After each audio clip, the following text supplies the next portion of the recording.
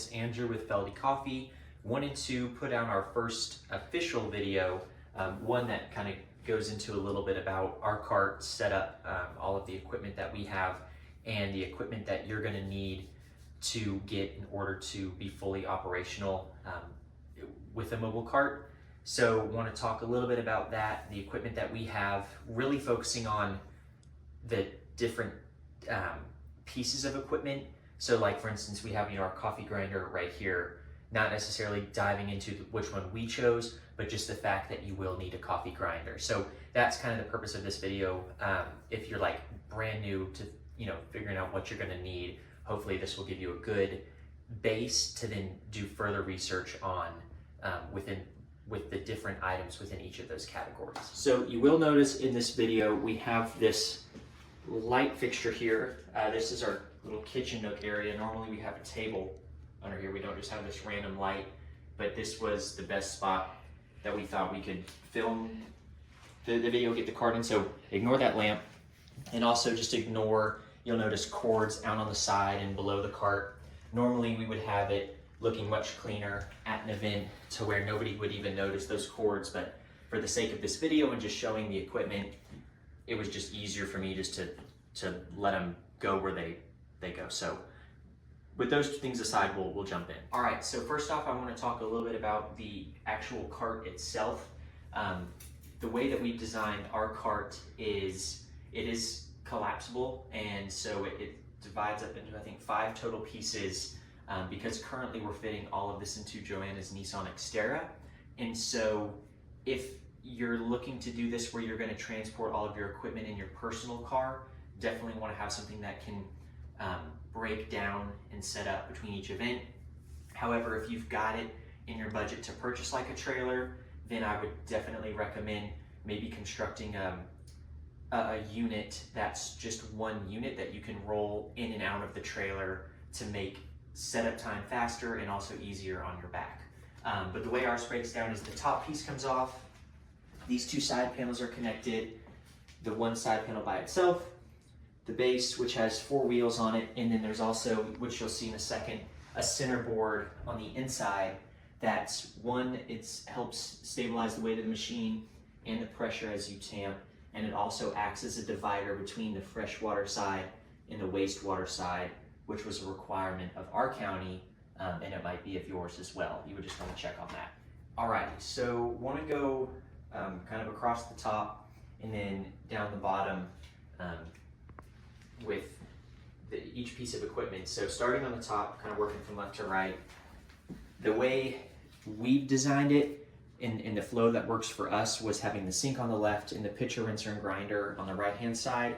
I know this video is more about what equipment you'll need, but I think it's important to note that as you're building out your cart and you have your top piece, like lay out pieces of paper towel on top of your cart and like play around with what's going to be the best for you when you're trying to figure out that flow. Because the last thing you want to do is drill your hole for your pitcher rinser on the left-hand side, and then you realize, oh shoot, the flow of me making a drink works much better if it would have been on the right. So definitely keep that in mind as you're considering where you want your pieces to go, and just imagine yourself making drinks before you actually start drilling the holes. All right, so the first piece here is our sink.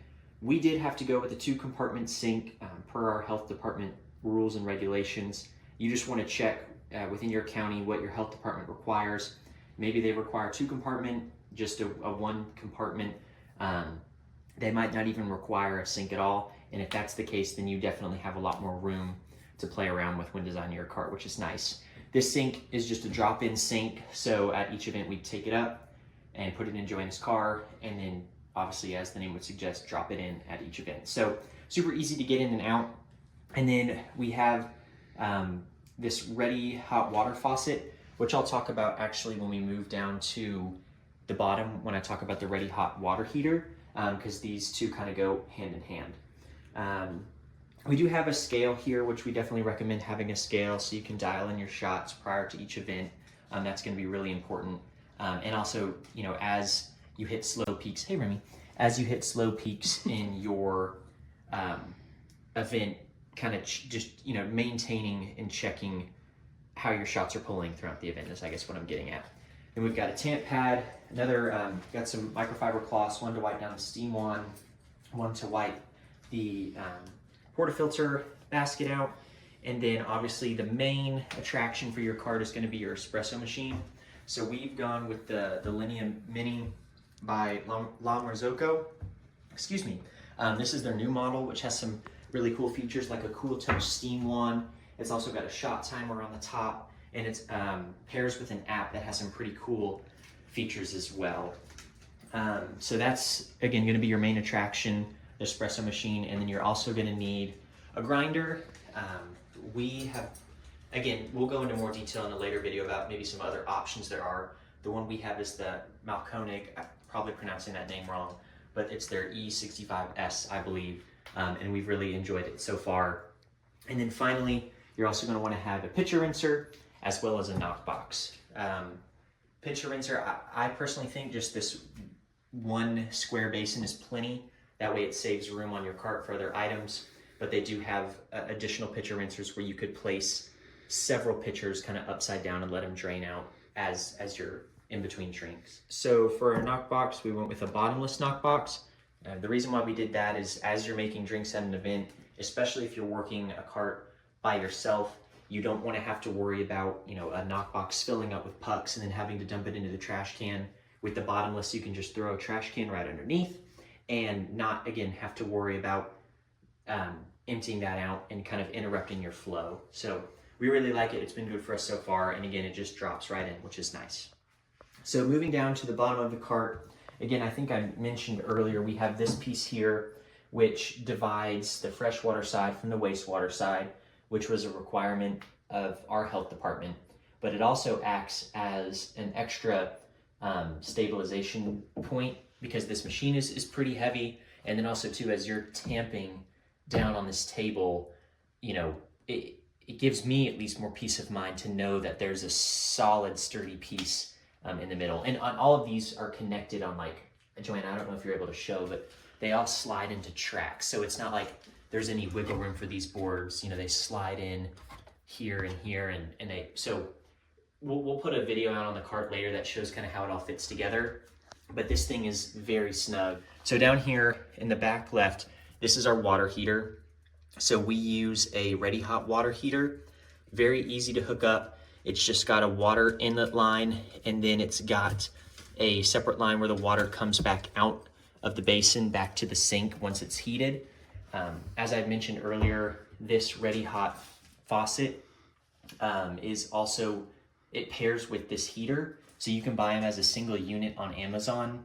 The faucet itself, if you're getting one of these, it's called an open valve faucet, which simply means that the water comes up to the faucet, back down to the heater, and then when you pull and call on the hot water from the hot water lever, it comes back up to the faucet. Whereas I guess most normal sink faucets, you'd have a hot water line and a cold water line, and they both run up separately. But this one kind of goes up, down, and then back up. So just know that it's got to be an open valve faucet.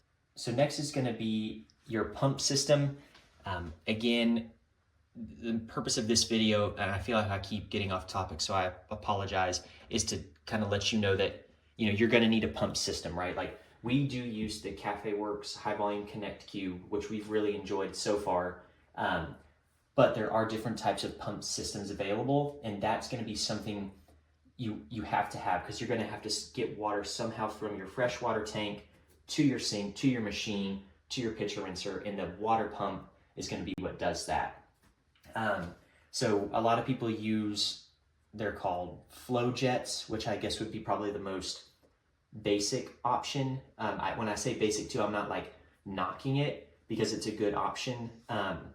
But the one thing I like about the Cube is that the pump, and it comes within an accumulator tank and a 2-part filtration system, are all within this sturdy carrying case. So it gives me a lot of peace of mind to know that that equipment is not going to get banged around. And another plus is that this one does come with these quick connect ports, which make hooking up to the filtered line and unfiltered line super easy. But again, the big thing to note is that you're gonna need a water pump of some kind to push water to the equipment. A freshwater tank I like because you can clearly see where your fresh water is. There's no, you don't have to guess, so you can see when it's getting low and go ahead and trade out to a fresh one if you're doing a really large event where you might, go through that much water. So that's nice to have.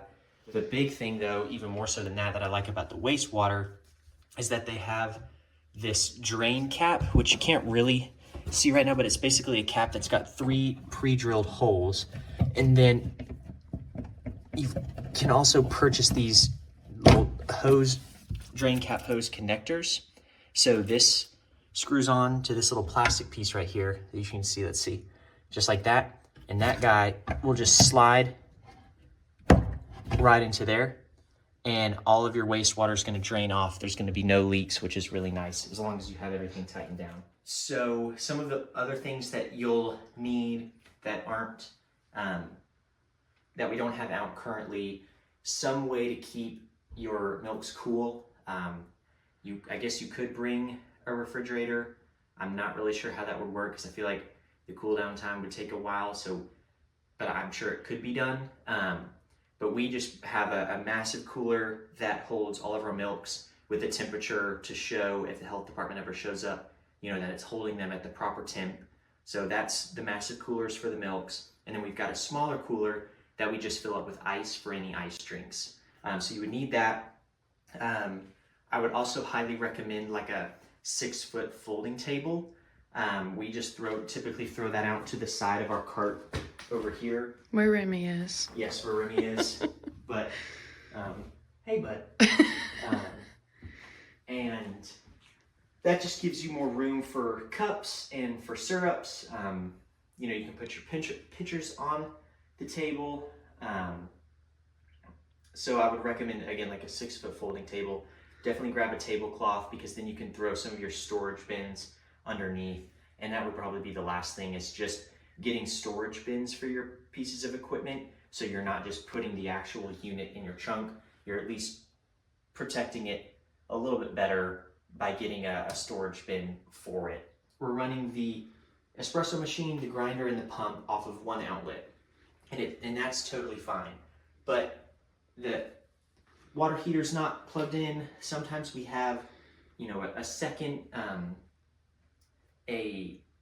we have a second grinder for decaf if we're doing a wedding. We've also got a little electric kettle that we'll do hot water for, because I don't like using a hot water spout on the machine personally. So it's drawing a lot of power. So we break it down by putting some of it into an outlet, and then we have what's called just a power station. A lot of people use a generator. Obviously a generator, the downsides of that are you've got to have that outside. So if you're inside, you've got to run a cord outside because it's burning fuel, or you've just got to do outside events. We have this thing, the brand's called Yeti. It's a Yeti power station. It's the 3000X. So it can handle a ton, runs for a really long time to get the job done. So again, whatever you're looking to do, just kind of also consider that the power source option as well. So that covers everything in this video. Again, just giving you that sense of what you're going to need if you're, brand new to researching. Hopefully this gives you a little bit of insight into the equipment that you'll need. If you have any further questions on it, definitely let us know. But we'll also hopefully be putting out more videos that will dive, again, I think I mentioned probably a few times already, but that will dive further into the detail of each of these pieces of equipment so you can have a better understanding of what's going to work best for you. So best of luck in all of your coffee cart endeavors. We are definitely rooting for you as you look to make this a reality, and thank you so much for watching.